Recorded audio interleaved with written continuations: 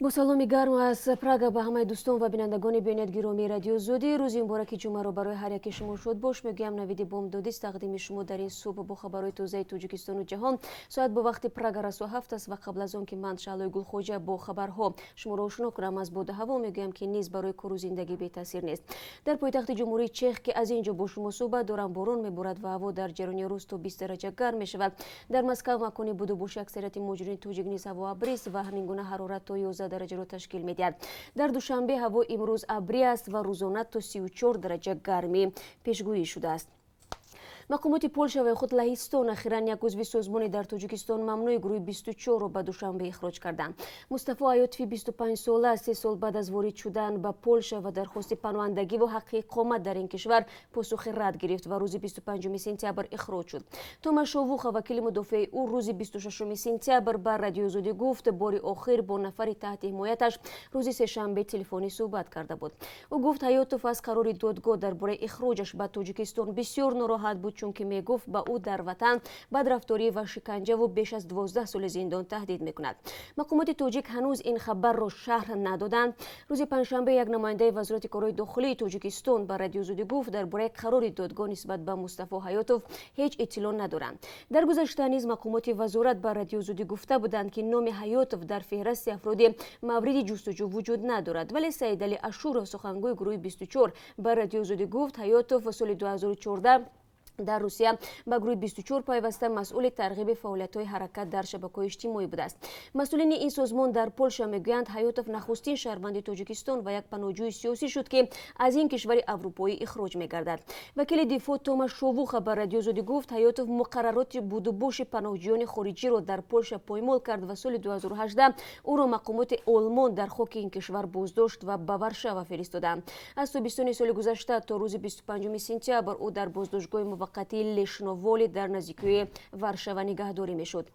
او را زورن و برخلاف عریضه بازبینی شدن حکم سیوم دادگاه اخراج کردند، گفت شاووخ. وگرنه به قول وکیل باز 6 ماه دیگر امکانی بازبینی شدن پرونده حیاتوف وجود داشت.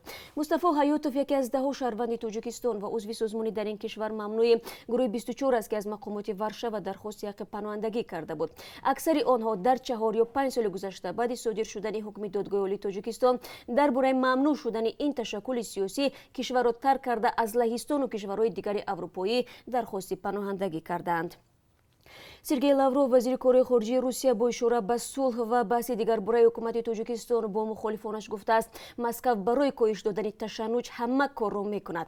لاوروف در این باره روز 25 سپتامبر در مصاحبه‌اش با خبرنگاری نشریه کامرسانت در شهر نیویورک ابراز نظر کرده است. متن این مصاحبه روز چهارشنبه در سامانه رسمی وزارت امور خارجه روسیه نیز نشر شد تا هنوز مقامات تاجیکستان به این اشاره سرگئی لاوروف واکنش نکردند. این مقام بلندپایه حکومت روسیه به وضع تاجیکستان در مصاحبه‌اش بعد از آن دخل کرده است که خبرنگار از او درباره پایان یافتن یا نیافتن عامل‌های نزاع در حوزه پاساشوروی پرسید. سرگئی لاوروف گفته است عامل نزاع هنوز باقی است، هرچند نه به آن حدی که پس از پاشخوری اتحادیه شوروی بود. وزیر کارهای خارجه روسیه در این مصاحبه‌اش با نشریه کامرسانت به وضع مرز تاجیکستان و قرقیزستان هم داخل کرده است. او گفته است در مرز این دو کشور بار اول نیست که زد و خورد رخ میدهد.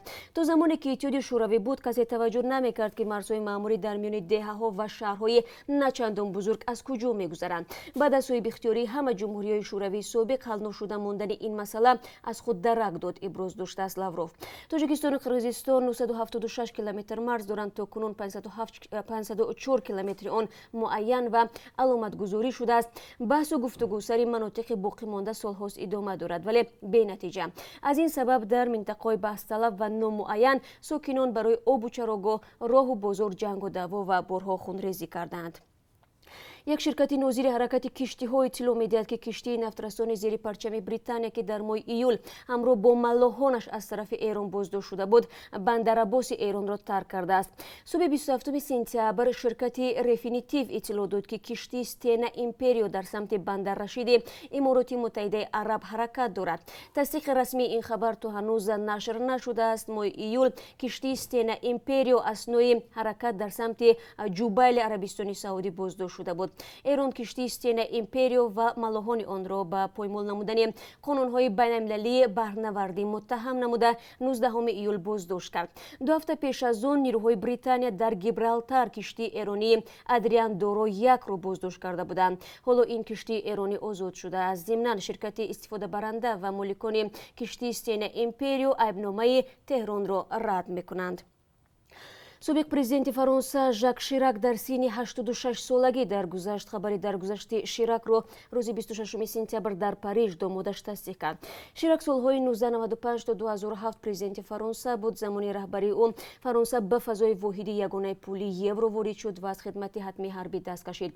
در زمان شیراک مهلت ریاست جمهوری از 7 تا 5 سال کاهش یافت. شیراک سال 2003 ضد شروع عملیات آمریکا در عراق برآمد کرده است.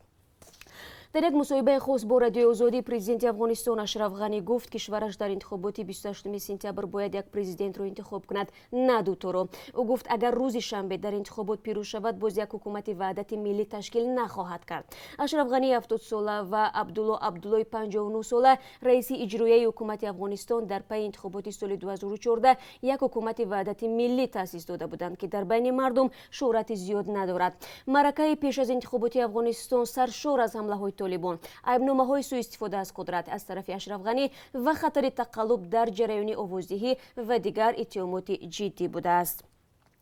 در گذرگاه مرزی کشت کوپیروک ژبک ژولی بین ازبکستان و قزاقستان صدها نقل جمع شده است. برخی از شهروندان گفتند 2 روز است که نمیتوانند وارد ازبکستان شوند. مقامات ازبکستان سبب تنبه‌شوی نقلیات را هنوز شرح ندادند. خدمات مرزبانی قزاقستان گفت در تنبه‌شوی نقلیات دست ندارد. راننده ها به کمیته گمرک زنگ زدند. از کمیته گفتند که حادثه را پیگیری میکنند. مسئولانی که در گذرگاه نوبتدار هستند با ما صحبت نمیکنند، چیزی را شرح نمیدهند. گفت راننده که در مرز درمانده است. یک راننده دیگر خبر داد محدودسازی فعالیت گذرگاه مرزی بین ازبکستان و قزاقستان به اشکارسازی مواد مخدر در ماشین 3 شهروند تاجیکستان ربط دارد. مواد مخدر روز جمعه گذشته پیدا شد و شهروندان تاجیکستان عازم روسیه بودند. گفت راننده مقامات قزاقستان پیداشوی مواد مخدر را تصدیق کردند. روز 20 سپتامبر 12 کیلو مواد مخدر از ماشین شهروندان تاجیکستان پیدا شد. ما نمیتوانیم شخصیت شهروندان بازداشت شده را که از تاجیکستان آشکار کنیم. آنها هنگام عبور از مرز قزاقستان بازداشت شدند، اما ما میتونیم تصدیق کنیم که پیداسازی مواد مخدر به تنبه‌شوی ماشین ها در مرز ربط دارد یا نه، گفت نماینده خدمات مرزبانی قزاقستان. احتمال بینندگان عزیز در دوام روز ما به این موضوع برخواهیم گشت. مسئولان هیومن کانستانت سازمان حامی حقوق انسان در بلاروس گفتند فرهاد اودینایف شهروند تاجیکستان و روسیه روز 25 سپتامبر در گذرگاه مرزی کامینلوگ واقع در سرحد لیتوا و بلاروس با تقاضای حکومت تاجیکستان دستگیر شده است. آنها میگویند اودینایف با خطر استرداد به وطن روبرو می باشد. هنوز جانب تاجیکستان در زمینه بازداشت فرهاد اودینایف در بلاروس اظهار نظر نکرده است. فعالان مخالفین میگویند اودینایف بر اساس 2 ماده کدکس جنایی تاجیکستان که عضویت در سازمان ممنوع است متهم می باشد. نستالویکا حقوقشناس سازمان هیومن کانستانت روز 26 سپتامبر در صحبت با رادیو آزادی از شهر مینسک گفت بر اساس قانون‌های بلاروس در روز 3 بازداشت شخص به او باید عیب اعلان شود و یا او را از خاک کشور استرداد کنند. او گفت در همین سند باید سبب بازداشت او دقیق شرح داده شود. فعلا تنها همین چیز معلوم است که اودینایف بر اساس درخواست تاجیکستان بازداشت شد، گفت حامی حقوق. ضمن فرهاد اودینایف 42 ساله زاده نویایی سال 2013 به حیث یکی از مؤسسان تلویزیون صفا در مسکو کار کرده است که از ماه آگوست تا نوامبر آن سال توانست برنامه‌ها تهیه کند. فعالان مخالفین میگویند تلویزیون مستقل آن سال زیر فشار مقامات تاجیکستان بسته شده بود. و خبر ورزشی نیز است. دسته منتخب فوتبال تاجیکستان در مرحله انتخابی قهرمانی آسیا 2020 میان جوانان زیر 19 ساله در گروه اس با تیم‌های سوریه، لبنان و مولداوا رقابت می‌کند. مسابقه این گروه از 2 تا 6 سپتامبر در ورزشگاه مرکزی شهر دوشنبه برگزار می‌شود. منتخب جوانان تاجیکستان با رهبری سرمربی زین‌الدین رحیمов 2 اکتبر با مالدیو، 4 اکتبر با لبنان و 6 اکتبر با سوریه رقابت خواهند کرد.